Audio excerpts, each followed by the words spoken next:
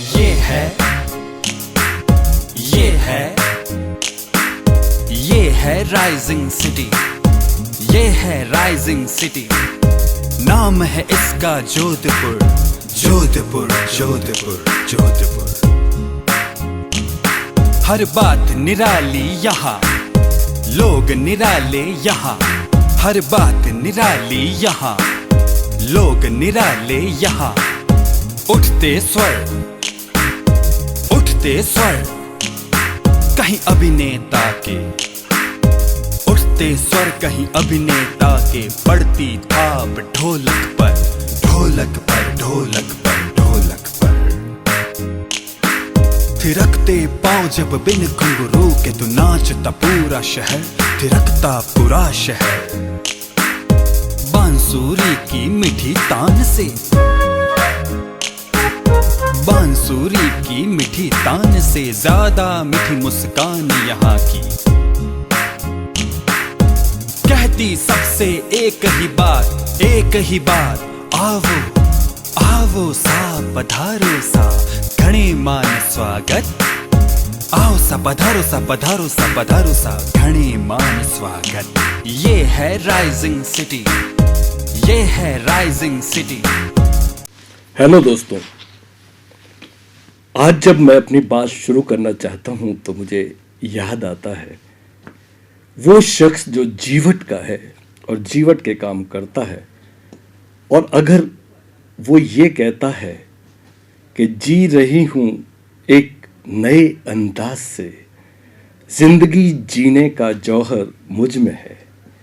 ऐसी ही जौहर और फन की मिसाल है उनकी शख्सियत। महज छोटी उम्र में ही सीखने की जुस्तजू ने उन्हें अगले मुकाम तक पहुंचाया। जी हाँ, मैं बात कर रहा हूं हमारे राइजिंग सिटी की। आज एक ऐसी मेहमान जिनका अंदाजे बयां अलग है, जिनका सोचने का नजरिया कुछ अलग है, और जब जादू की तरह तबले पर उनकी उंगलियां थिरकती हैं तो एक नया मकाम तय हो जाता है। धार के विपरीत, धारा के विपरीत बनी बनाई प्रथाओं और परंपरा के विरुद्ध चलने की उनकी फितरत ने उन्हें कुछ अलग करने का मादा दिया। और यही कारण है कि फीमेल होते हुए भी उन्होंने तबले जैसे वाद्य का चयन किया।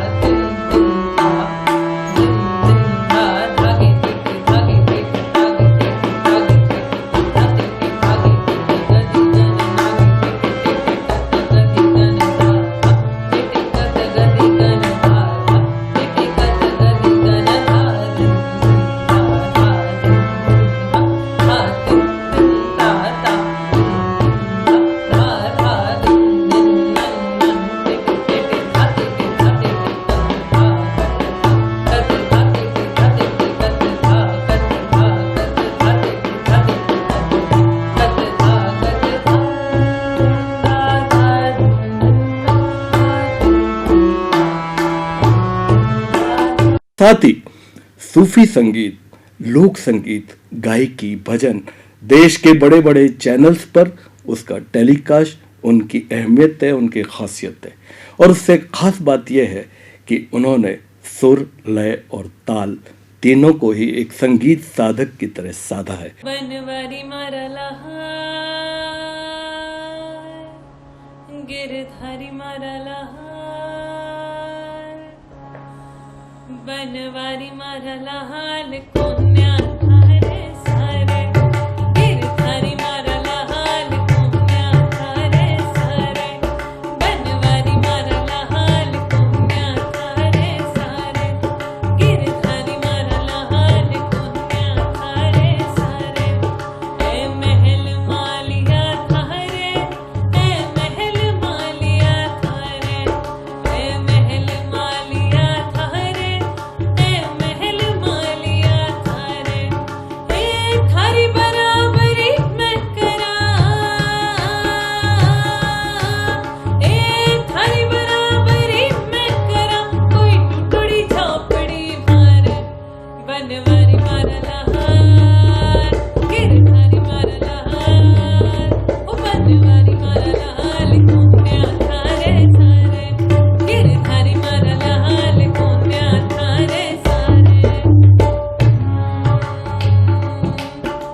जी हाँ, और साथ ही जो शिक्षा है वो भी बहुत उच्च शिक्षा प्राप्त की है, यानी इंजीनियरिंग की शिक्षा उन्होंने हासिल की है। तो आज हमारे साथ हैं एक ऐसी ही फन की बेहतरीन शख्सियत तमन्ना जी बोहरा, जो आजकल तमन्ना जोशी हैं।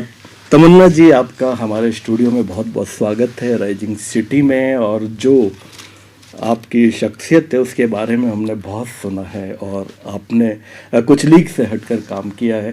तो ये जो फ़न है, ये जो फितरत है और ये जो झुकाव है, ये किस उम्र से आपके भीतर आया? सबसे पहले तो गुरु के चरणों में नमन और सभी को नमस्कार। और आपने जो इतनी अच्छी अच्छी बातें कही मेरे लिए, मुझे कहीं से नहीं लगता कि मैं उसके योग्य हूँ। उसके लिए बहुत, उस सम्मान के लिए बहुत बहुत जो धन्यवाद। डाउन टू अर्थ होते हैं वो हमेशा ऐसे ही बोलते हैं। तो सफ़र की बात करूँ तो धुंधला धुंधला मुझे इतना याद है कि मैं अपने दादा के साथ काफ़ी रही हूँ। हम उन्हें पापा जी कहते हैं। तो उनके साथ काफ़ी वक्त बिताने का मौका मिलता था। तो ऐसे ही जब एक दिन वो हारमोनियम बजा रहे थे तो हम उन्हीं के पास, मैं भी खेल ही रही थी बाल्यपन में। क्या उम्र रही होगी उस समय? उस समय मेरी तकरीबन 4 बस 4 साढ़े 4। Very good. मैं काफ़ी अपने आप को लकी मानती हूँ इसमें कि मैं एक ऐसे कुल में, कैसे वंश में जन्मी जहाँ माँ सरस्वती विद्यमान है। जी बिल्कुल, आपके तो कुल में सारी संगीत साधक ही हैं। बिल्कुल। तो जब एक बार ऐसे ही दादा बजा रहे थे हारमोनियम और उनके पास एक तबला रखा हुआ था जी, तो मैंने ऐसे ही उस पर बजाया तो उससे काफ़ी अच्छी साउंड निकली। एकदम ऐसा कि किसी ने ताली बजा के बच्चे को चुप कराते ना, तब ऐसी कोई आवाज़ मुझे वहाँ से, फेमिलियर सी आवाज़ वहाँ सुनाई दी, तो मुझे काफ़ी अच्छी लगी। तो मैं उसको ऐसे ही बजा रही थी। वो तबला आज भी मेरे पास है। वो पापा जी ने वो तो आपके सरस्वती का स्वरूप हो गया। बिल्कुल, वो शायद सबसे अनमोल तोहफा है जो मुझे आज तक किसी ने दिया होगा। वो जब से मैंने उस थापी को बजाया, फिर वो मेरे लिए महादेव की पूजा है। तब से मेरे हाथ उस पर से हटा पाना, यानी फिर उसके बाद में आपने तबले पर ही अभ्यास किया, या जैसे ठेके लगाते हैं, बैठे हैं किसी टेबल पे लगा दिया, किसी डब्बे पे लगा दिया, ऐसा भी हुआ? जी बिल्कुल, हाँ। और ये करना भी चाहिए, अभ्यास के तौर पर ये सबसे अच्छा है। क्योंकि जब मैं अपने पिताजी, अपने गुरु पिता से जब सुनती थी, तब मुझे बताया गया था कि उन्होंने जब अपने गुरु से सीखा था, तब वो उन्हें यहाँ पर जो घुटने होते हैं हमारे, वहाँ पर अभ्यास करने के लिए बहुत कहते थे। और अभ्यास के लिए ऐसा नहीं 10-15 मिनट यहाँ अभ्यास करवा दिया, तकरीबन 2 से 3 घंटे उनको सिर्फ यहीं पर ही रियाज करवाया जाता था। बहुत कड़ी साधना, बहुत कड़ी साधना। पर मुझे लेकिन एक सवाल बनता है तमन्ना हाँ जी, कि बीइंग ए फीमेल, आपको पता है ये सवाल आना ही आना है, बीइंग ए फीमेल आज भी हमारे भारत में महज बहुत इने गिने नाम है। जहाँ तक मुझे याद है, आपके अलावा जो हमारे देश का दुनिया में बड़ा नाम है अनुराधा पाल। इसके अलावा मैंने बहुत कम नाम सुने हैं कि बीइंग ए फीमेल तबले पर। तो आपको निश्चित रूप से, हालांकि सभी संगीत साधक हैं आपके वंश में जो आपके बुजुर्ग हैं, लेकिन किसी ने कहा नहीं बेटा आपको ये नहीं करना, कुछ और करो? ऐसे आपने बिल्कुल बहुत अच्छा प्रश्न पूछा। मुझे इस मुद्दे पर चर्चा भी करनी थी जी। ये काफ़ी, एक नहीं अनेकों सवाल मेरे सामने आए थे और लोगों ने मुझसे ये भी कहा था कि ये तबला ही क्यों, नृत्य कला और गायन कला। हाँ, क्योंकि फीमेल का अधिकतर उसी में जी परिभाषित ही ऐसे किया गया है ना, महिलाओं को कोमल स्वभाव की, प्रकृति से मेल खाती हुई प्रकृति, कभी भी स्त्री की तुलना प्रकृति से की जाती है। तो मुझे भी यही सब सुनने में आया था कि क्यों तबला, ऐसे नृत्य कला, भरतनाट्यम, कथक, इतने बड़े बड़े कलाएं हैं हमारे देश में, उनको क्यों नहीं सीखना चाहिए। पर वही जो मैंने अभी कहा, मैं फिर से अपनी बात को दोहराती हूँ, वो एक जिस तबले को मैंने ऐसे ताली की थापी समझ के बजाया था, वो मेरे लिए महादेव की पूजा के समान पूजनीय हो गया। और जब मैंने उसके बारे में पढ़ना शुरू किया, मुझे काफ़ी कम जानकारी है। कुदरत को आपसे यही काम करवाना था। ये बिल्कुल सही है। पर जितनी कम जानकारी मैं रखती हूँ और जितना गुरुओं ने मुझे सिखाया है, तो मैंने हमेशा अक्सर सुनती आई हूँ, तबले का जिस व्यक्ति विशेष को एक बार जानकारी हो जाती है, वो जो संगीत का गहना है, ताल, उसमें वो पारंगत हो जाता है। फिर आप चाहे नृत्य करें, चाहे आप गायन करें, आप मतलब सभी का जो कैनाल है वो तबले से होके जाती है। बिल्कुल, क्योंकि उसमें ताल है। 16 मात्रा की कोई ताल हो गई, 8 मात्रा की कोई ताल हो गई, तो उन तालों से आप कथक में, जब हम कथक करते हैं तो हाँ भाई नगमा बजा दीजिए, 3 ताल का नगमा लगा दीजिए, मैं तत्कार या कुछ आमद या कुछ कत्थक करना चाहती हूँ। तो वो हमने ताले कहाँ से जानी, तबले से। तो जो ज्ञान गुरुओं ने दिया है उसके हिसाब से मुझे लगा कि तबले जैसा पूजनीय साज और क्या हो सकता है। तबले पे आपने जैसे क्लासिकल और जो तबले की विधा है पूरी, एक तरह से पूरा का पूरा तबला अपने आप में एक विश्वविद्यालय ताल का, तो वो जो शिक्षा है, विधिवत शिक्षा, वो आपने कहाँ से प्राप्त की और कैसे प्राप्त की? जैसा कि मैंने कहा कि मैं अपने आप को बहुत ही भाग्यशाली मानती हूँ, ऐसे कुल में मेरा जन्म हुआ। तो ये विधिवत शिक्षा मैंने मेरे पिता को गुरु मानकर, जो हमारी भारतीय पद्धति है कि गुरु पूर्णिमा को एक नारियल और 1.25 रुपये देकर हम हमारा गुरु बनाते हैं और मौली बांधते हैं उन्हें और उनके चरण वंदन करते हैं। तो बस उसी पद्धति से मैंने भी अपनी गुरु शिक्षा की जो प्रणाली है उसकी शुरुआत करते हुए वो तो हमारे पूरे राजस्थान के बेहतरीन तबला नवाज हैं जी। तो उन्हीं से मैंने शिक्षा लेना शुरू किया। और क्या आपको जैसे शिक्षा लेना आपने शुरू किया, इतना आसान तो नहीं है जी, क्योंकि तबला अपने आप में काफ़ी कठिन है जी। तो क्या क्या दिक्कतें आई? तो बिल्कुल जो सभी लोगों ने कहा था सबसे पहले तो कि नहीं करना चाहिए, फिर अब वो मेरा जुनून एक वो मन में सवार हो गया था।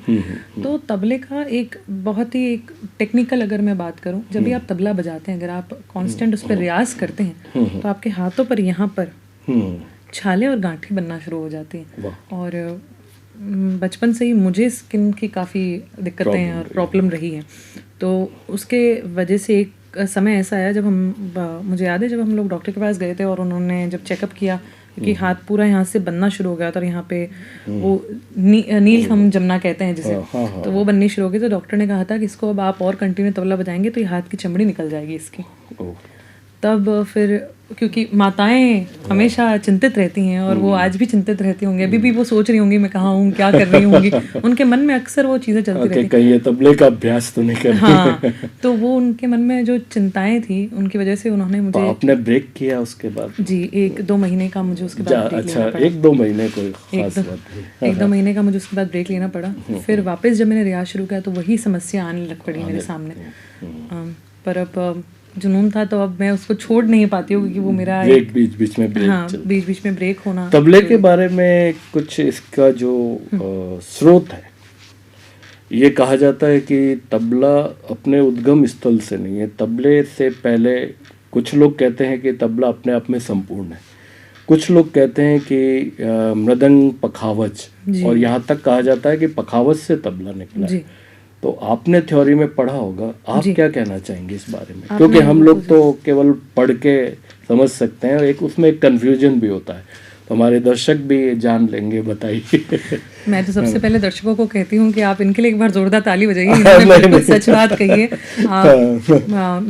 मैं बहुत धन्य हूँ कि मुझे आज आपके साथ बात करने का मौका मिल रहा है, पर आपने बिल्कुल सही कहा है। ऐसी 2 पद्धतियों के बारे में मैंने पढ़ा है, एक होता है बनारस घराना, एक होता है दिल्ली घराना। जी। बनारस घराने वालों का यही मानना है जो आपने बताया कि पखावज के 2 भाग करके तबले का निर्माण किया गया। यहाँ तक कोई स्टोरी भी बताते हैं कि कोई बड़े संगीतज्ञ थे, उनसे पखावज के 2 टुकड़े हो गए और उन्होंने पहली बार प्रयोग किया। क्या ये भी है? ये भी बच सकता है, नहीं बच सकता। तो इसलिए वो बनारस घराने वाले तबले को भी पखावज के अंदाज से बजाते हैं इसी तरह से। और फिर दिल्ली घराने के एक बहुत बड़े खां साहब हुए, कहा जाता है दिल्ली घराने में कि उन्हीं के द्वारा तबले का सृजन माना गया है और उन्हीं ने तबले से जो भी आगे उस पर ताल निर्माण हुआ वो आगे, और उसी दिल्ली और बनारस घराने के जो भेद हम कहें या संभाग हम कहें, उनसे कई घराने निकलने शुरू हुए। उनके जो शागिर्द थे उन्होंने अपना घराना शुरू किया। जैसे राजस्थान में जयपुर घराना बड़ा ही मशहूर है, बड़ा ही माना जाता है, तो वैसे उन्हीं के सम घराना को मानते हैं, मूल रूप से यही कहा जाता है। तमन्ना जी, हमारा ये सफ़र तो अभी शुरू हुआ है, चलेगा आगे। हमने आपकी प्रतिभा से बहुत अच्छी तरह वाकिफ़ हैं और बहुत प्रभावित भी हैं, हौसला अफजाई भी करते हैं। डॉक्टर मनीष त्रिवेदी साहब हैं, संस्कृत के व्याख्याता, उनको हमने कॉल किया है, वो जुड़ गए हैं। मनीष जी, आपका बहुत बहुत स्वागत है हमारे स्टूडियो में। और तमन्ना जी हमारे पास हैं, क्या सर कहना चाहेंगे? तमन्ना प्रारंभ से ही बहुत ही मेधावी छात्रा के रूप में रही है और विभिन्न कलाओं में वो निपुण हैं। चाहे तबला वादन का क्षेत्र ले लीजिए, चाहे संगीत के अन्य पक्ष जैसे हैं गायन पक्ष ले लीजिए। और चूँकि मैं संस्कृत विषय से संदर्भित हूँ तो निश्चित रूप से संस्कृत विषय में भी उसका बहुत अधिक अधिकार रहा है और प्रारंभ से ही अनेकासु लघुनाटिकासु संस्कृत नाट्येषु सा भागम गृहीतवती, और केवल भाग को ही ग्रहण नहीं किया है बल्कि उसको अधिकार पूर्वक निभाया है। तो निश्चित रूप से ऐसे मेधावी जो छात्रों का और छात्राओं का सम्मान होना चाहिए और मैं तमन्ना के उज्जवल भविष्य की कामना करता हूं। और मैं ये चाहता हूं कि वो अपने क्षेत्र में उन्नति के उच्चतम स्तर को, उच्चतम आयामों को प्राप्त करे और कुछ नवीन चीज़ें, कुछ नवीन विधाएं जो जिसमें वो निपुण हैं तो वो निश्चित रूप से है वह इस राष्ट्र के समक्ष रखे। बस यही प्रभु से कामना है और बहुत बहुत धन्यवाद। Thank you Manish ji. तमन्ना जी, पहले सफ़र तो आगे जारी रखेंगे, अभी हमें तबले पे और भी कुछ जानना है।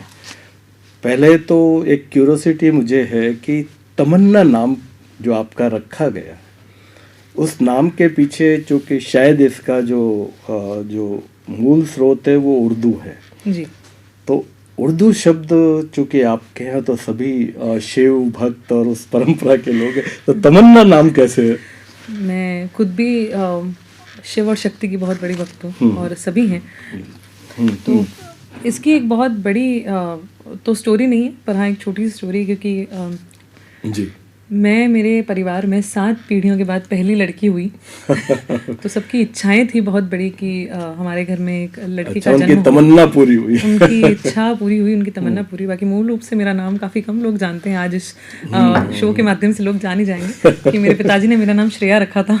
अच्छा, चलो वो भी एक बहुत बड़ी हमारे देश की सिंगर है। तो दोनों के बैकग्राउंड में संगीत ही है, श्रेया के बैकग्राउंड में भी। जी। तो उसके बाद फिर मेरे चाचा डॉक्टर गिरीश ने मेरा नाम तमन्ना रखा, क्योंकि उनकी काफ़ी ज़्यादा इच्छा थी और काफ़ी ये मतलब फिर से एक बार भारतीय मतलब पूरे परिवार ने छाप लगा दी। और खास तौर पे दादाश्री ने। और मेरे चाचा की जो इतनी ज़्यादा इच्छा थी, वो एडवोकेट भी हैं प्रोफेशन से, और उन्होंने तो वो अब मुझसे राखी भी बंधवाते, क्योंकि उनकी बहन नहीं थी, तो बचपन से ही उन्होंने मुझे अपनी बहन जैसा रखा। ये एक अपनापन बहुत नसीब कम होता है। अभी जैसा कि आप और हम आपने चर्चा की थी शिव और पार्वती की, तो मैंने कहीं ये भी पढ़ा है कि शिव लय और पार्वती लास्य के प्रतीक है, और वो शायद तबले में उसका रिफ्लेक्शन आता है, ऐसा मैंने पढ़ा है। बिल्कुल। मैं इतना गूढ़ ज्ञानी तो नहीं हूँ, लेकिन क्या ये सही है? बिल्कुल सही है सर। और आपने जो भी लफ्ज़ पर लफ्ज़ बात कही है, सत्य से फतह तक बिल्कुल सही है, उसमें कोई दौरा नहीं, क्योंकि हमारे शास्त्रों में लिखा गया है जी, शक्ति जो है वह प्रकृति का प्रतीक है और शिव और शक्ति अनभिज्ञ नहीं है, वो एक ही है। और बिल्कुल हर जो स्वर, चाहे वो तबला हो, चाहे वो हारमोनियम हो, चाहे वो कत्थक के पाँव की तत्कार हो, घुंघरों की आवाज़ हो, हम श्वास ले रहे हों, हम बातें कर रहे हों, उसमें भी एक लय है, हमारे हृदय की धड़कन, सब में शिव और शक्ति का निवास है। तो ये बिल्कुल सच बात है कि तबले के अंदर भी जब भी हम डग्गे पर अगर हम कोई लगा रहे हैं, हम कोई बोल बजा रहे हैं, या तबले के अंदर हम कोई बोल बजा रहे हैं, उसमें भी शिव और शक्ति का ही वास है। और अगर आपने देखा होगा कि तांडव बिल्कुल वो तो तबले बिना संभव ही नहीं है। और शिव के सबसे बड़े भक्त रावण ने भी एक बहुत ही बड़े इंस्ट्रूमेंट का सृजन किया था, रावण सहित। बिल्कुल। तो और रुद्र वीणा का उन्होंने निर्माण किया था। तो शिव और शक्ति ही संगीत है, संपूर्ण संगीत। तो अगर आपने शिव और शक्ति को ध्यान लिया तो आपने संगीत तो आपने ये शिव शक्ति तबले के माध्यम से जो शिक्षा ली अपने गुरु से, अपने पिताश्री से, तो जो सोलो तबला होता है, जैसे कई हमारे मेल में तो बड़े बड़े फनकार हैं, अल्लाह रखा और उनके पुत्र, उनके पुत्र के साथ भी मेरा काफ़ी अच्छा रहा है और काफ़ी मैंने उनके प्रोग्राम में एंकरिंग भी की है। जाकिर साहब बहुत बड़े फनकार हैं। तो जो तबला है उसका शायद सोलो परफॉर्मेंस है, मुझे पता नहीं, शायद उसको कायदा भी कहते हैं। जी बिल्कुल। तो क्या ये सोलो परफॉर्मेंस हुआ आपकी शिक्षा के बाद में? मेरी शिक्षा के बाद और कहाँ हुआ पहला, आपको याद है? बिल्कुल बिल्कुल, मुझे सबसे पहले याद है। सबसे पहले हमारे संगीत किसले के मंच पर मैंने प्रस्तुति दी थी, क्योंकि जो मेरे पिताजी और दादाजी हैं गुरु शिष्य परंपरा को काफ़ी मानते हैं, और हमारे जो भारतीय संगीत पद्धति, भारतीय शास्त्रीय संगीत पद्धति, उसमें ये कहा जाता है जी, मंच पर सरस्वती, माँ सरस्वती का वास है। तो जब तक आप पूरी अपनी कला में पारंगत ना हो जाएं, तब तक आपके गुरु आपको आज्ञा नहीं देते मंच पर चढ़ने की। जी जी। पर बच्ची थी और बचपन से ही मुझे तो आपको आज्ञा मिल गई आखिर? हाँ, जिज्ञासा थी। जिज्ञासा थी, तो मुझे विनम्र निवेदन करना पड़ा। उन्होंने आज्ञा तो नहीं दी, पर उन्होंने आशीर्वाद दिया था। तो मैंने गलत सही टूटा फूटा जो भी नहीं, वो तो हो नहीं सकता। जो भी टूटा फूटा मैंने बजाया। जो परफेक्शनिस्ट होता है वो अपनी परफॉर्मेंस से कभी संतुष्ट होता नहीं है। उसके बाद वो कौन सा प्रोग्राम था, आपको याद है? संगीत किसले में हम लोग, क्योंकि जिस तरह से राइजिंग स्टार है जो हमारे युवा कलाकारों को मंच प्रदान करता है, वैसे ही संगीत किसले मानता है कि अगर जब तक कलाकार को मंच नहीं मिलेगा, उसका मन का भय नहीं जाता। तो हम हर महीने एक छोटे छोटे कार्यक्रम बांधा करते। उसमें आपने पहला उसमें मैंने पहला परफॉर्मेंस मेरा दिया था, तबले का सोलो। जी। कितनी देर का रहा और क्या उसका थोड़ा सा और उस सफर के बारे में हमें बताइए। सफ़र अगर मैं आपको ऐसे बताऊं, वो तकरीबन परफॉर्मेंस तो वो 1-1.5 घंटे का था, और उस पूरे सफ़र में मेरे पाँव धुस रहे थे। ये गलत वो गलत ना हो जाए, कहीं मैं ताल से बाहर ना चली जाऊं। मुझे याद है मैं शायद ये 3 ताल का नगमा चल रहा था जी, 3 ताल में बजा रही थी, और धागे तेटे तागे तेटे तागे तेटे तागे तेटे गृधा तेटे धागे तेटे गति गण नागे तेटे कत कत कत धा गृधा तीधा, ऐसा ही कुछ मैं उस वक्त बोल के साथ बजा रही थी। और मुझे याद है मेरे साथ एक नृत्यकार भी थे, वो भी परफॉर्मेंस कर रहे थे, क्योंकि मुझे सोलो का पापा ने इजाज़त नहीं दी थी। तो जब मेरा आधा बोल पूरा हो गया, फिर मैंने उनके साथ आमद बजाए, जो मैंने अभी बोल बोले। तो उसके साथ वो नृत्यकार चलती हुई आती हैं, आमद करते हैं। आमद का मतलब होता है आगमन का, जो आगमन, हाँ, उसके साथ नृत्यकार चलती हुई आती है और हो जाते। वहाँ उनका जब पूरा वो कथक के जो तोड़े वगैरह सारे संपूर्ण होने के बाद में फिर हम लोग मंच से नीचे उतरे, और पूरे समय मुझे ये था कि अगर मैं ताल से बाहर निकली तो ये मेरा आखिरी मंच का प्रस्तुति होगी, ये मैं यही सोचती रहती थी पूरे समय। वो जब संपन्न हो गया तो पापा की क्या प्रतिक्रिया थी पहली, और दादाश्री भी बैठे होंगे वहाँ पे? आपको ये जानकर बड़ी आई थिंक मेरे हिसाब से ये हर माता पिता यही कहते हैं, अच्छा है और अच्छा हो सकता है, करेंगे हम और अच्छा अभ्यास करेंगे। पर हाँ, क्योंकि मेरे साथ अक्सर होता है। एक वो मारवाड़ी में कहावत है ना, मूल बिचे ब्याज बता। बिल्कुल बिल्कुल। तो दादा को बड़ा पसंद आया था कि ये देखो ये कैसे बजाती है। पिता तो जानते हैं अगर मैं संतुष्ट हो गया तो ये आगे। और ये उस वक्त क्योंकि मैं छोटी थी तो मुझे ऐसा लगता था, और मैं नाराज़ भी काफ़ी हुई थी, अगर इतना अच्छा कर दिया फिर भी नहीं बताया। अब जब मैं अपने आप को उनके स्थान पर रखकर देखती हूँ तब मुझे लगता है कि अच्छा हुआ उन्होंने ये नहीं किया। कभी कभी मौन भी एक सहमति का सूचक होता है, अगर उन्होंने रिएक्शन नहीं दिया तो इसका मतलब वो नाराज भी नहीं पर क्योंकि उस समय इतनी समझ नहीं थी तो मुझे ऐसा लगा कि अरे ये तो मुझे शायद पीछे धकेलने की कोशिश में है, या क्या कर रहे हैं, उनका क्या तात्पर्य, क्या प्रयोजन है मुझे ऐसा कहने का। पर आज जब मैं उनकी तरफ देखती हूँ तब मुझे रियलाइज होता है कि अच्छा किया उन्होंने मेरे साथ। बिल्कुल। आपके एक हरिद्वार से जो है आपके हौसला बढ़ाने वाले हमारे साथ जुड़ गए हैं हरिद्वार से, और वायुसेना अधिकारी रहे अंकेश जी भाटी। अंकेश जी आपका बहुत बहुत स्वागत है। और तमन्ना जी हमारे साथ हैं जो संगीत की साधना के रूप में हम इनको जानते हैं, साधक के रूप में। क्या कहना चाहेंगे सर? मैं हरिद्वार से बिलोंग करता हूँ और 2003 से 2008 तक मैं वायुसेना में कार्यरत था। तब जोधपुर में था, वहीं संगीत की शिक्षा प्राप्त करता था। उस दौरान नन्ही बालिका तमन्ना वह कक्षा में आ जाती थी, घंटों तक रहती थी, तो नैसर्गिक रूप से संगीत के प्रति उनका एक समर्पण रहा है, जुड़ाव रहा है, और उन्होंने संगीत की शिक्षा भी वहीं प्राप्त की है। चाहे ये तबला रहा हो, चाहे गायन रहा हो, चाहे हारमोनियम रहा हो, और साथ ही संगीत सभाओं का संचालन रहा हो। उत्तरोत्तर आने वाले वर्षों में मैंने देखा कि कैसे उन्होंने एक साधक के रूप में, संगीत के साधक के रूप में अपने आप को डेवलप किया है। और बहुत गर्व का विषय है कि आज मुझे तमन्ना वोरा के बारे में यहाँ 2 शब्द कहने का मौका मिला है। तो मैं यह कहूँगा कि तमन्ना ने अब संगीत को इस तरीके से अपनाया कि संगीत में उनकी अभिरुचि अटूट थी, साथ ही साथ उन्होंने अपनी शिक्षा को भी कभी बाधित नहीं होने दिया। इंजीनियर हैं और बहुत अच्छे से इंजीनियरिंग की है, और आज भी अगर मैं देखता हूँ तो आश्चर्य हो जाता है कि कोई व्यक्ति इतना ज़्यादा समर्पित संगीत के लिए कैसे रह सकता है, चाहे वो तबला बजाना हो या गायन करना हो या संगीत सभा का संचालन करना हो। मेरी तरफ से तमन्ना आपको बहुत बहुत शुभकामनाएं, और ईश्वर माँ सरस्वती आपको ऐसे ही अपना आशीर्वाद देती रहें और आप जीवन में उत्तरोत्तर निरंतर सफलता की ओर अग्रसर होते हैं। धन्यवाद। बहुत बहुत शुक्रिया, बहुत बहुत आभार आपका। तमन्ना जी, तबले पे हम अपनी बात को विराम दें, लेकिन जो तबले के प्रति अभी भी वो स्कोप तो हो सकता है, लेकिन अभी भी जो है पेरेंट्स कह दीजिए या सोसाइटी कह दीजिए, वो फीमेल को तबले के प्रति उस तरह से उत्साहित नहीं करते। बिल्कुल सही बात। सबसे पहले तो मैं इस जवाब को यहाँ से शुरू करना चाहती हूँ। अगर कोई भी व्यक्ति साधना करना चाहता है संगीत में जी, तो उन्हें सबसे पहले संकल्प लेना चाहिए जी कि मैं ये कर सकता हूँ या ये कर सकती हूँ। जी, क्योंकि मैं ये नहीं कहती तबला बहुत कठिन है, संगीत की सारी विधाएं कठिन हैं, क्योंकि ये विधाएं नहीं, ये साधना है। साधना है। तो अगर आप साधना करने के लिए सज्ज हैं तो सबसे पहले अपना मानस बना लें। फिर जैसे आपने महिलाओं के लिए पूछा, मैं उस मुद्दे पर आती हूँ। तो अगर आपको तबले में आगे जाना है तो सबसे पहले माता पिता जो कहते हैं वो बिल्कुल सच है। मैं ये नहीं कह रही कि माता पिता जो सोच रहे हैं या उनकी जो सोच है वो गलत है। हाँ, उनका एक अटैचमेंट होता है, उनका एक नज़रिया भी है दुनिया को देखने का। सबसे पहले आप उन्हें अपनी बात रखें कि मैं इस जगह क्यों जाना चाहती हूँ। क्या बात है, बहुत बढ़िया जवाब। कि मैं यहाँ क्यों जाना चाहती हूँ, मेरा क्या प्रयोजन है, मेरा इस साधना में रुचि कैसे आई, मुझे अपने गुरु के प्रति समर्पण है, उसको आप समझाएं।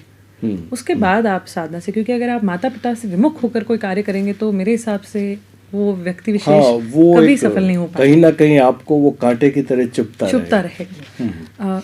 जब मुझे, जैसा मैंने अभी आपको बताया था, जब मेरी हाथ की डिजीज बहुत ज़्यादा बढ़ गई थी, तब 2-3 महीने के गैप के बाद वो होता है ना, हाथ में खुजली सी मचने लगी कि अब बजाना है, तबले बिना अब बजाना है। तब मैंने भी मेरी मम्मी को बहुत कन्विंस करने की कोशिश की। मैंने उनकी भी पीड़ाएं समझी, क्योंकि वो अपनी जगह बिल्कुल सच है।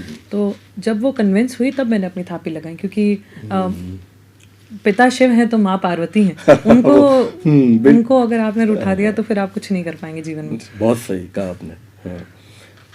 तो चलिए, अब पहले उनको एक संकल्प लेना चाहिए, और ये संकल्प से अपने जो पेरेंट्स और परिजन है, आसपास के लोग हैं, उन्हें कन्विंस करना चाहिए कि मैं इसमें जाना चाहती हूँ।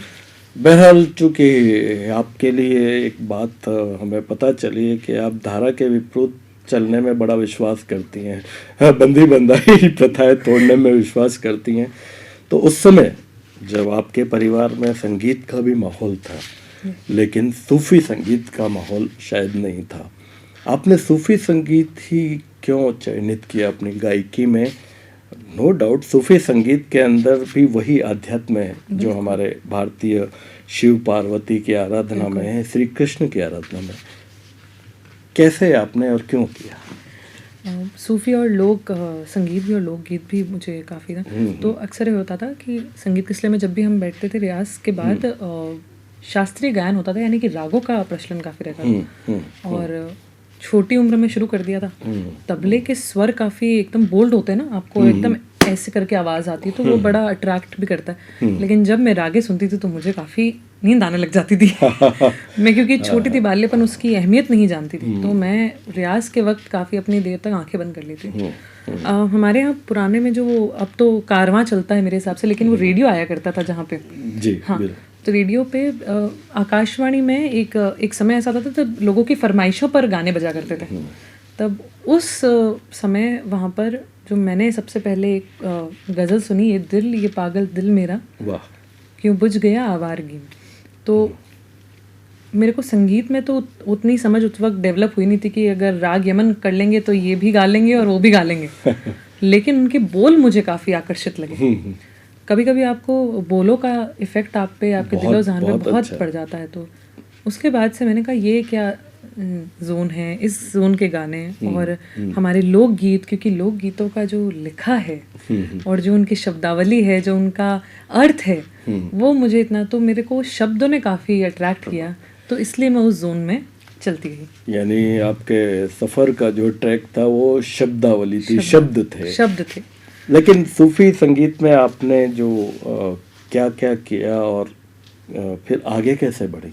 जी, तो मैं ऐसे एक दिन बैठे गुनगुना रही थी, तो दादा थे उस वक्त, मेरे हिसाब से तकरीबन 2008 की बात है, और उस वक्त मुझे मेरे विद्या मंदिर से विज्ञान मेले में चयनित होकर बैंगलोर की तरफ जाना था नेशनल के लिए। जी। तो उसके कुछ 4-5 दिन पहले हमारा एक कार्यक्रम था, उसमें मुझे तबले की भी प्रस्तुति करनी थी और राग गायन की भी। तो मैंने मेरे दादाजी को कहा कि मैं राग गायन नहीं करना चाहती, मुझे ये गाना गाना है, कैलाश खेर जी का सैया। तो वो ऐसे स्तब्ध रह गए कि शास्त्रीय कार्यक्रम चल रहा है, लोग राग यमन गाएंगे और ये सूफी गाएंगे हमारी। तो मैंने कहा देखिए, अगर हो सके तो ये मैं गाना चाहती हूँ, बाकी रागों में आप बाकियों के कलाकार को बैठा देना, मैं नहीं बैठना चाहती। तो वो बड़े ऐसे मुझे देखने लगे। फिर पिताजी को भी बुलाया कि ये देखिए ये वाला गाना गाएंगी, तो पापा को तो पता ही नहीं था कि ये गा भी लेगी। कहा नहीं, कार्यक्रम में बहुत सम्मानीय व्यक्ति आएंगे, ऐसा गाएगी तो कैसे चलेगा। तो मैंने कहा ठीक है, आप मेरा सुन लो, अच्छा लगे तो ठीक, नहीं तो कोई दिक्कत नहीं है। तो उन्हें ये याद नहीं था, मैं विद्या मंदिरों में काफ़ी बार प्रस्तुति करके आ भी चुकी हूँ। तो होता है वो, इतना फीडबैक नहीं मिलता है ना स्कूल में क्या हो रहा है। तो मैं फिर वो मैंने गाया, तो मेरे दादाजी पूछे ये कब तैयार किया तूने? मैंने कहा पता नहीं। ये तो मुझे शौक लगा। कैलाश खेर उस वक्त काफ़ी प्रचलन में थे और आज भी हैं, मैं उनकी बहुत बड़ी फ़ैन हूँ। तो वो गाया तो बोले कि ठीक है।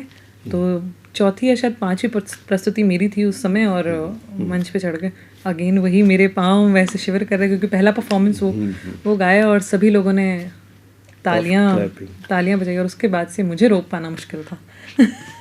तो अब हम आपको नहीं रोक पाएंगे, क्योंकि हमें वो 2 लाइन आप जरूर सुनाएंगी कैलाश खेर की जो आपने वहाँ गाई है।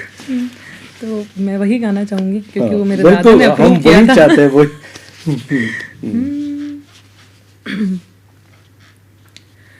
ये नरम नरम नशा है, बढ़ता जाए,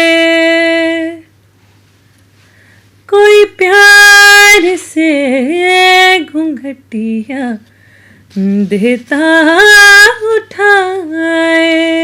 वाह। अब बावला हुआ मन, जग हो गया है रोशन। क्या बात है। ये नई सुहागन हो गई है तेरी जोगन,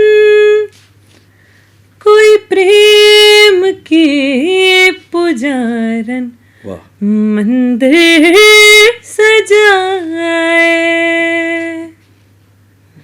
सैया सैया हीरे मोती मैं ना चाहूं, मैं तो चाहूं संगम तेरा। वाह वाह वाह, क्या बात है। तो आपके पिताश्री ने जब अपना मुंह खोला या नहीं खोला स्तब्ध रहने का? नहीं, कोई शाबाशी नहीं, कोई शाबाशी नहीं। मेरे हिसाब से अभी भी वो नहीं देंगे। उनको कहना पड़ेगा थोड़ी शाबाशी का भी वोकैबुलरी निकाले। मेरे हिसाब से बहुत बेहतर है। और मैं अगर कोई जो नहीं, आप इतना अच्छा, और इसको भी मेरे ख्याल से काफी साल हो गए होंगे। जी बिल्कुल। और मैं तो सभी से यही कहना चाहती हूँ, अगर आपके माता पिता आपको नहीं कह रहे हैं कि आपने बहुत अच्छा किया है, हाँ, तो आप वो ना सोचे कि हमें पीछे धकेलने की कोशिश करते थे, जो मैं सोचा करती थी। आपको एक राज की बात बता दूं? बिल्कुल। माँ बाप का तो आपने रेफरेंस दिया है। यहाँ मेरी धर्मपत्नी मुझे कभी हौसला अफजाई नहीं करती कि आपका काम अच्छा है। और वो कोई नेगेटिव पॉइंट नहीं निकालती हैं तो मैं समझ जाता हूँ कि आज काम ठीक है। तो ऐसे ही थोड़ी कहा गया हर सफल पुरुष के पीछे एक स्त्री का हाथ होता है, ये उसका कारण यही है। तो तमन्ना जी ये बात सही है कि इस तरह से जो हमारे परिजन हैं वो जानबूझ के बहुत ज़्यादा तारीफ नहीं करते हैं, और वो जानते हैं कि ये सफ़र और ज़रूरी है, हम इसके पीछे उनका एक मूक हौसला ही मानेंगे। बहरहाल चूँकि सूफी संगीत, फिर आपका ये सफ़र जारी रहा गायकी का, क्योंकि हमने सुना आपने कुछ चैनल्स में भी गाया है। तो उसकी स्टोरी कुछ ऐसी है कि हम लोगों को मेरे हिसाब से काफ़ी लकी मानती हूँ मैं कि हम लोगों को चयनित किया गया था सबसे बड़े आध्यात्मिक चैनल संस्कार पर गायन प्रस्तुति करने में। तो वहाँ हमें ले जाएगा, काफ़ी दिनों का रियाज भी चला। तो हम गए वहाँ पर, और बात कुछ ऐसी चली कि जैसे ही उन्होंने गाने का कहा तो काफ़ी अच्छे अच्छे भजन निकल के आया, अच्युतम केशवम, ये गाएंगे वो गाएंगे, बच्चों की आवाज़ वैसी है। मैं वहाँ से फिर पीछे हट गई, मैंने कहा मैं तो गाऊंगी लोक भजन, आप हमें यहाँ बुलाए हैं तो मैं तो राजस्थान का जो पक्का राजस्थानी दिल में लिए चल रही हूँ वही यहाँ पे प्रकट करूँगी। बहुत बढ़िया। तो मेरी आवाज़ भी कुछ वैसी है। तो उन्होंने फिर कहा कि भाई क्योंकि संस्कार हिंदी सभी को हिंदी भाषा आती है पूरे देश में, तो उसी का हम लोग भजन करेंगे। तो मैंने कहा देख लीजिए आप लोग, क्योंकि मैं तो राजस्थान की हूँ और रुणीचे जी मन में बसे हैं, रुणीचे के धनिये मेरे मन में बसे हैं, तो वह आपको वो हिंदी भेज दिए। हाँ, तो उन्होंने कहा कि ठीक है, अगर बच्चे का मानस है तो एक बारी स्क्रीन प्ले वगैरह सब देखते हैं। तो जब मैंने वहाँ पे गाया, हाँ, तो हमारा एक जो प्रसिद्ध भजन है बनवारी मारा लाल, तो वो मैंने वहाँ गाया। तो वो कहने लगे आप वहीं गा देते तो हम आपको यहाँ नहीं लेकर आते। फिर वो चला, और बनवारी मारा लाल और जो जयपुर के आगे डिगीपुरी का राजा है, वो दो भजन मेरे संस्कार चैनल पर आज भी सुना दीजिए, दो लाइन दोनों की। मैं बनवारी मारा लाल गाऊंगी। बनवारी मारा लाल कुन्या थारे सारे, गिरधारी मारा लाल कुन्या थारे सारे, ए महल मालिया थारे, ए महल मालिया थारे, थारी बराबरी मैं करा, थारी बराबरी मैं करा, कोई टुटड़ी छापड़ी मारे, बनवारी मारा लाल कुन्या थारे सारे। वाह वाह, बहुत आपकी आवाज़ में इतनी वैरायटी है। सूफी में वही असेंट आता है जो राजस्थानी में एक अलग आता है। बहरहाल हमारे साथ अंग्रेजी के एक प्रोफेसर हैं प्रवीण जी, महाविद्यालय के, वो जुड़ गए हैं। प्रवीण जी, आपका बहुत स्वागत है, और तमन्ना जी के लिए सर क्या कहना चाहेंगे? Today I am going to introduce Tamanna Bohra with all of you. I have known her since her childhood, and I have seen her working very hard in the field of education, culture and Sanskrit. But most importantly, in the field of music and playing tabla, she excelled in her school education. She has very good command over Hindi, English and Sanskrit too. And due to her command over Sanskrit, she has played many different roles in Sanskrit dramas too. And due to her interest in religion, she has been invited as an anchor on our Bhakti channel Sanskar, where she has presented many beautiful musical performances. She has been a very active participant in the field of education, culture and music. And due to her sheer dedication to music, education and Sanskrit, school administration has honored her mother too. And this is a great moment of pleasure and pride for parents to be honored so, because of the hard work of their children. And that's why she has achieved a milestone today by being invited for an interview for Rising City on 24 channel.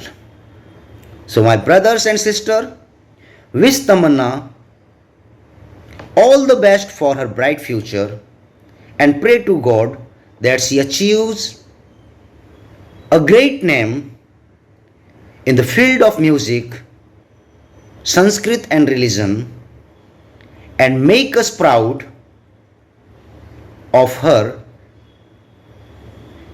and make our Sun City feel proud also of her.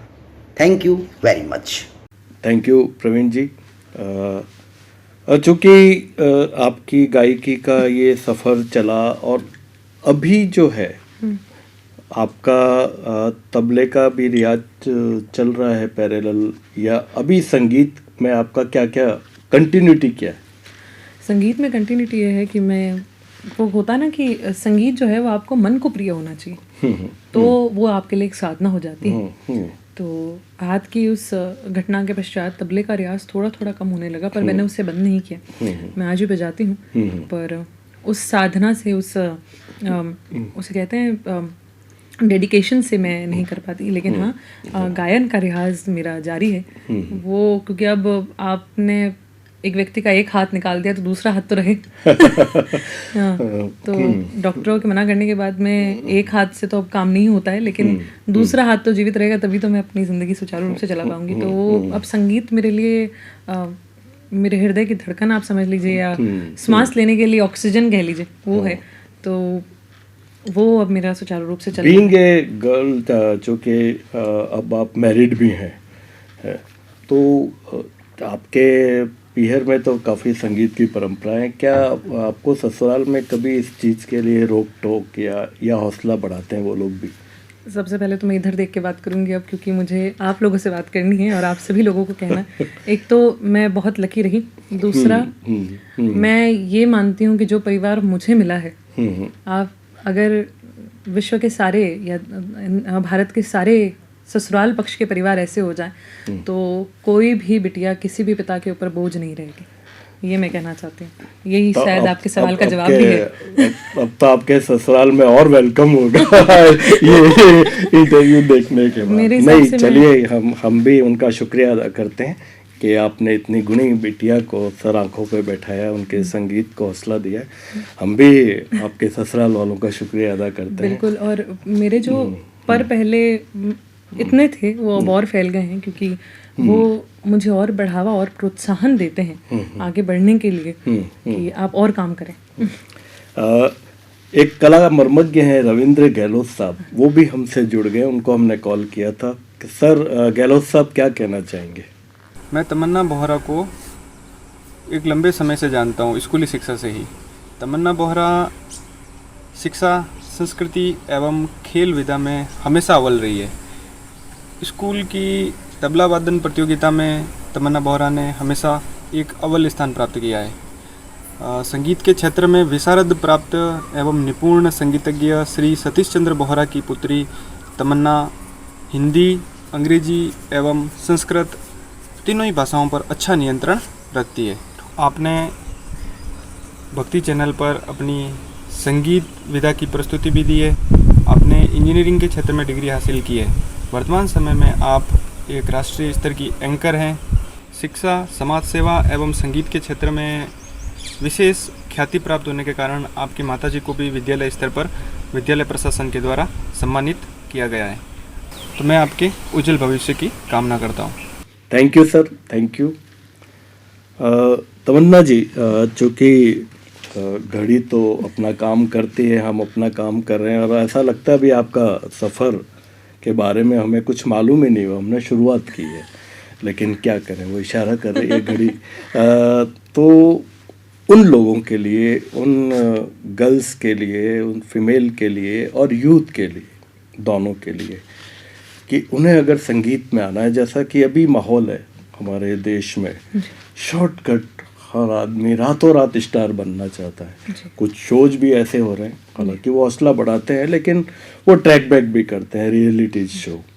तो वो लोग जो संगीत में आ रहे हैं उनके लिए आपका संदेश क्या है? ये आपने बात बिल्कुल सही की। शॉर्टकट काफ़ी लोग जब कभी लोग मेरे पास संगीत सीखने भी आते हैं, वैसे मैं इतनी गुणी नहीं हूँ, पर जो लोग आते हैं संगीत सीखने वो हमें ये कहते हैं ये कितने दिनों में सीख जाएंगे। ये बहुत कॉमन सवाल है।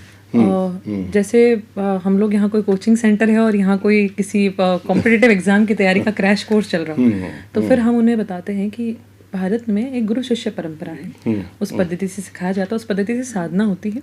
और जब आप संगीत जैसे किसी क्षेत्र या कला क्षेत्र का चुनाव करते हैं, मेरे हिसाब से कला भी नहीं, अगर आप पढ़ाई का भी कोई क्षेत्र उसमें जा रहे हैं आप, तो उसका कोई अंत नहीं है। शिक्षा का, माँ सरस्वती का कोई अंत नहीं है, आप उसका कोई पार नहीं पा सकते। और उसमें अगर आप शॉर्टकट ढूंढेंगे तो फिर आपका जो जर्नी है वो भी शॉर्टकट ही रहेगी। तो आप शॉर्टकट की तरफ ना जाएं, साधना की तरफ जाएं, तो आप भी लंबी रेस के घोड़े बनेंगे और आप भी बहुत दूर तक जाएंगे। जाते जाते तमन्ना जी ये बता दीजिए, अब आपका गोल क्या है, आपका सपना क्या है जो अब तक पूरा नहीं हुआ? सपने तो मुझे बचपन से ही एक्चुअली मेरे दादा और पापा दोनों ही कहते थे कि तमन्ना तानसेन बनेगी नहीं बनेगी, कानसेन बहुत जल्दी बन गई है ये। क्योंकि मुझे किसी का अगर डग्गा ऐसे खराब होता है तो मैं उसे कहती हूँ, अच्छा आपने डग्गे का चमड़ा बहुत दिन हो गए चेंज नहीं कराया है, हारमोनियम, अच्छा आपका रियाज छूट गया है क्या, आप अच्छा गा नहीं रहे। तो मैं कान की बहुत तेज हूँ, तो मुझे सुनने का ही बहुत शौक है। जितना मैं गाने का शौक नहीं रखती उतना सुनने का मुझे शौक है। तो किस सेलिब्रिटीज को आप सुनना चाहते हैं? दो ही रह गए हैं, गुरदास मान साहब और ईला अरुण जी। वाह, इनका लाइव परफॉर्मेंस मैं एक बार देखना चाहती हूँ। हम आपके ससुराल में और पापा जी से भी रिक्वेस्ट करेंगे कि आपको कहीं भी देश में उनके प्रोग्राम हो तो एक बार ले जाएं और आपकी एक छोटी सी तमन्ना पूरी कर दें। आपका बहुत बहुत शुक्रिया, आप राइजिंग सिटी में आई और हमें इतना समय दिया और इतनी गुणी बातों से आपने हमारे दर्शकों को परिचित भी करवाया और बहुत मजा आया आपके साथ बात करके। बहुत बहुत शुक्रिया 24 न्यूज़ चैनल की तरफ से और राइजिंग सिटी की तरफ से। थैंक यू, धन्यवाद। काली कलायण ओ मड़ी रे पड़ी हारी जिए लो ओ मेरे गानेड़ी जिए लो मोटड़ी छाटारो बरसे में काला जोसा मोटड़ी छाटारो बरसे में काला साथ सहेलियारो झूलनो पड़ी हारी जिए लो ओ मेरी गानेड़ी जिए लो पाड़ी ने चाली पड़ी हार काला जोसा मोटड़ी छाटारो बरसे में काला और रे काजल टीकी रे पड़ी हारी जिए लो ओ मेरी गानेड़ी जिए लो अरुणा फीका फीका देण काला जोसा अरुणा फीका फीका देण काला जो काली कलायण उमड़ी रे पड़ी हारी जिए लो ओ मेरे गानेड़ी जिए लो उटड़ी छाटारो बरसे में काला जोसा उटड़ी छाटारो बरसे में काला मान स्वागत, आओ सा पधारो सा पधारो सा पधारो सा, घणे मान स्वागत। ये है राइजिंग सिटी, ये है राइजिंग सिटी।